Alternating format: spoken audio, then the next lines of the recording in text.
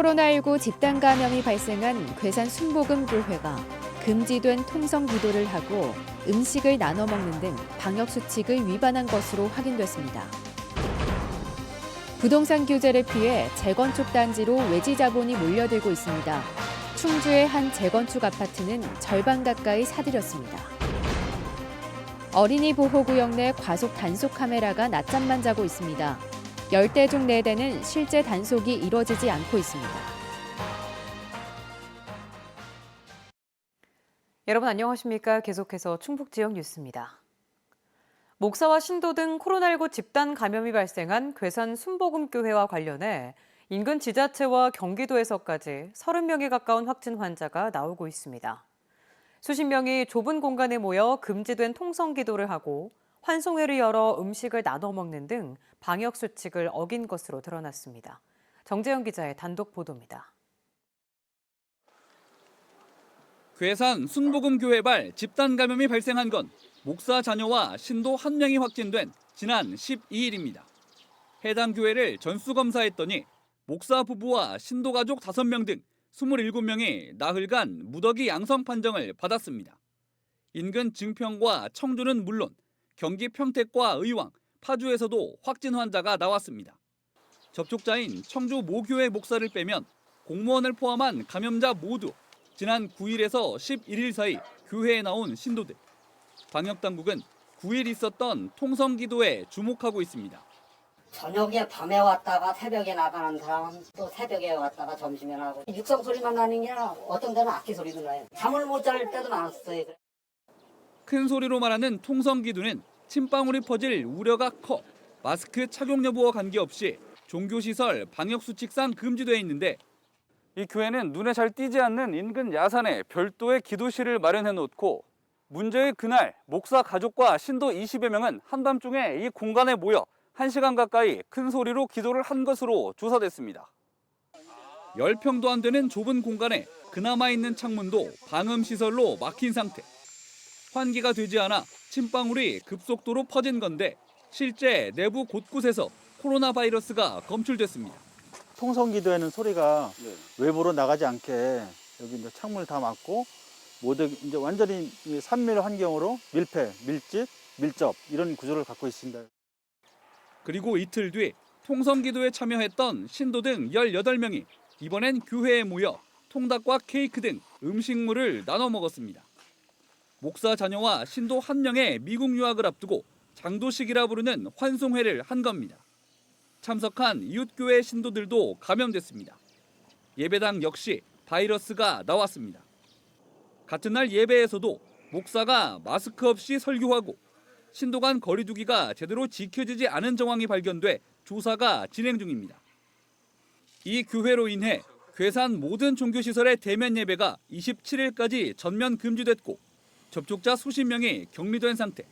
자가격리자가 83명이 있어요. 근데 이제 지금 역학 조사 중이라서 앞으로 조금 더 추가적으로 나올 수도 있는데 해제 전에 하루 전에 검사를 해서 이제 음성으로 나오면은 다행인데 양성자가 또 나올 확률도. 방역당국은 역학조사가 마무리되는 대로 방역수칙 위반에 대한 과태료를 목사와 신도들에게 각각 부과할 예정입니다. MBC 뉴스 정재영입니다. 도심 차량 제한 속도를 50km로 낮추는 안전속도 5030 정책이 내일부터 충북 도내에서도 전면 시행됩니다. 자동차 전용 도로 등 소통이 필요한 구간을 제외하고 도심 일반 도로는 최대 시속 50km로 어린이 보호구역과 주택가 등 이면도로에선 시속 30km로 제한됩니다. 지난해 청주 도심 시범 운영 결과 사고 건수는 운영 전보다 27.5%, 보행자 사고는 66.7%나 줄어들었습니다. 수도권과 투기 과열지구의 재건축 바람이 소도시로도 확대되고 있습니다. 충주 도심의 2곳에서 재건축이 시도되는데 한 아파트는 규제를 피하면서 소형 아파트를 찾는 외지 투자자가 몰려 벌써 절반 가까이를 매입했습니다. 허지희 기자가 보도합니다. 택지 개발로 새로운 도심이 형성된 충주 시내 남쪽. 40년 된 낡은 아파트에 재건축을 알리는 각종 현수막이 나붙었습니다. 충주 지역 아파트 재건축은 과거 주택건설 촉진법에 의해 안전진단 없이 한 차례 시행된 바 있지만 각종 절차를 밟아야 하는 도시 및 주거환경정비법이 적용되는 건 이번이 처음입니다. 정밀안전진단에서 D등급을 받고 정비구역 지정을 거쳐 지난달 조합 설립을 완료한 가운데 최근 있었던 시공사 입찰 공고 설명회에 일군 건설사 등 9곳이 다녀갔습니다. 조합 측은 2025년에서 2026년 입주를 목표하고 있습니다. 4월 27일 날 입찰 마감을 하고요. 5월 6일 날 대연의 예정이고 5월 한 22일경 총회를 할 예정입니다. 충주의 최대 인구 밀집 지역으로 곧 공원으로 조성될 충주체육관 앞에 40년 된 아파트도 재건축이 시도되고 있습니다. 현재 안전진단을 통과해 구역 지정이 이루어지고 있습니다. 운동장이 공원화되고 초등학교도 가까이 있어서 재건축 요건에 충족되어서 지금 추진하고 있습니다. 이러자 비규제 지역과 1억 미만의 소형 아파트를 찾는 외지 투자자들이 몰리고 있습니다. 680세대의 용산 주공의 경우 최근 몇 달 사이 300건 가까이 매매가 이루어졌는데 절반 이상이 외지인입니다. 실거래가도 1년 사이 1억 이상 올라 향후 사업성과 조합원의 권리가액이 낮아 분담금이 많을 경우 분쟁으로 이어질 우려도 있습니다. 주거 불안을 해소하고 저렴한 내 집 마련이 목적인 재건축 아파트. 본래 취지대로 추진될 수 있을지 관심입니다. MBC 뉴스 허지입니다. 서울에 있는 한국전기공사협회가 청주 오송으로 이전합니다. 한국전기공사협회는 오늘 충청북도와 협약을 체결하고 1,500억 원을 들여 2023년까지 오송 바이오폴리스 지구로 세계 부설기관과 함께 이전하기로 했습니다. 한국전기공사협회는 전국 18,000여 개 회원사를 보유하고 정보 위탁 사업, 기술자 보수 교육 등의 업무를 맡고 있습니다. 어린이 보호구역 안에서 교통사고 처벌을 강화하는 민식이법이 시행된 지도 벌써 1년이 넘었는데요.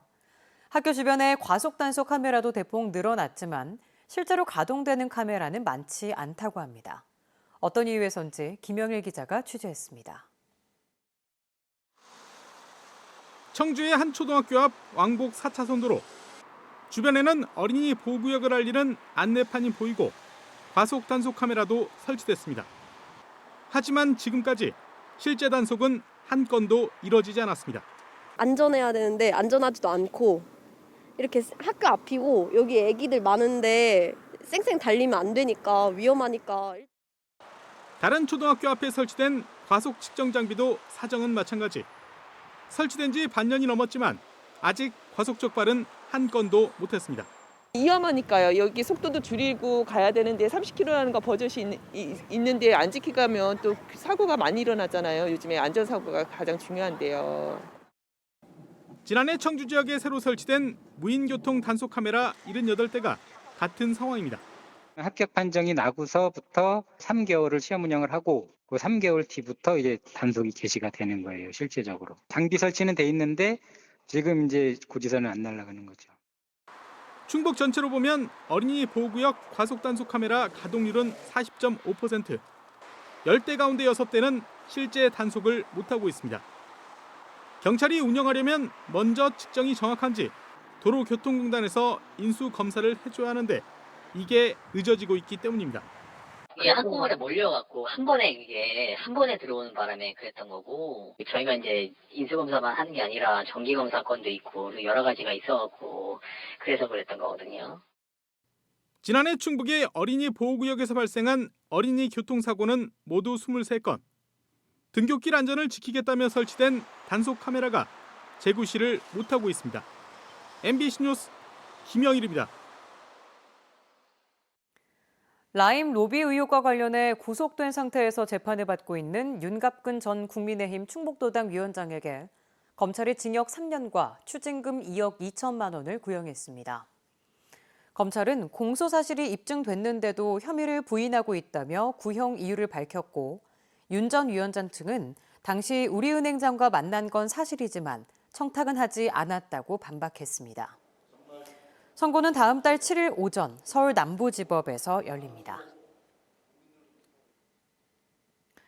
세월호 참사 7주기를 맞아 충북에서도 희생자 추모가 이어졌습니다.